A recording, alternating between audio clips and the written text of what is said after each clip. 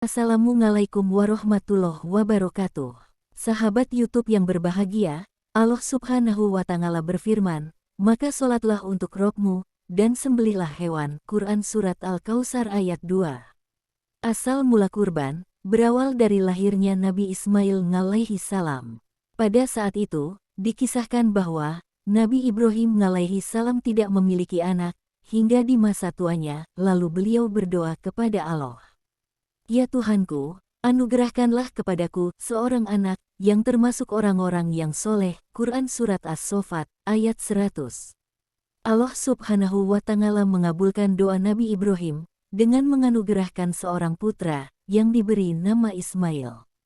Sewaktu Nabi Ismail alaihi salam mencapai usia remaja, Nabi Ibrahim alaihi salam mendapat mimpi bahwa ia harus menyembelih putranya, Ismail. Mimpi seorang nabi adalah salah satu dari cara turunnya wahyu Allah Subhanahu wa Ta'ala, maka perintah yang diterimanya dalam mimpi itu harus dilaksanakan oleh Nabi Ibrahim alaihi salam. Nabi Ibrahim pun akhirnya menyampaikan isi mimpinya kepada Ismail untuk melaksanakan perintah Allah untuk menyembelih Ismail. Ibrahim berkata, "Hai anakku, sesungguhnya aku melihat dalam mimpi bahwa aku menyembelihmu, maka pikirkanlah apa pendapatmu." Ismail menjawab, "Wahai ayahku, kerjakanlah apa yang diperintahkan kepadamu. Insya Allah engkau akan mendapatiku termasuk orang yang sabar." Quran Surat As-Saffat ayat 102.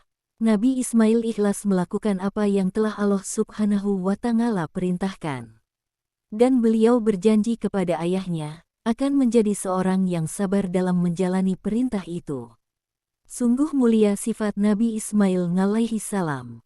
Allah Subhanahu wa Ta'ala memujinya di dalam Al-Quran, dan ceritakanlah, hai Muhammad, kepada mereka kisah Ismail yang tersebut di dalam Al-Quran. Sesungguhnya, ia adalah seorang yang benar janjinya, dan dia adalah seorang Rasul dan Nabi. Quran Surat Maryam ayat 54.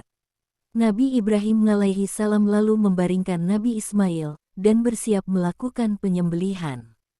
Nabi Ibrahim dan Nabi Ismail nampak menunjukkan keteguhan, ketaatan dan kesabaran dalam menjalankan perintah itu. Saat Nabi Ibrahim hendak mengayunkan pedang, Allah Subhanahu wa Ta'ala menggantikan tubuh Nabi Ismail dengan sembelihan besar, yakni berupa domba jantan dari surga, yang berwarna putih, bermata bagus dan bertanduk. "Hai Ibrahim, sesungguhnya kamu telah membenarkan mimpi itu. Sesungguhnya demikianlah kami memberi balasan kepada orang-orang yang berbuat baik. Sesungguhnya ini benar-benar suatu ujian yang nyata.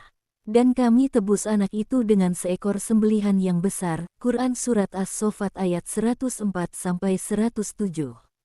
Kejadian tersebut merupakan suatu mukjizat dari Allah Subhanahu wa Ta'ala, yang menegaskan sampai sejauh mana cinta dan ketaatan mereka kepada Allah.